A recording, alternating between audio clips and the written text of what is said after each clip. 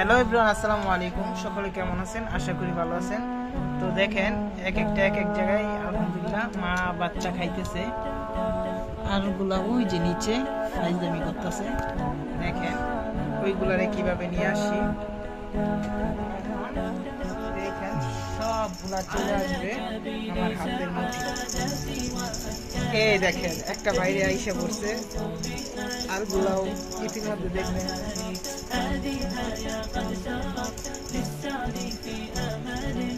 সবগুলা চলে আসবে।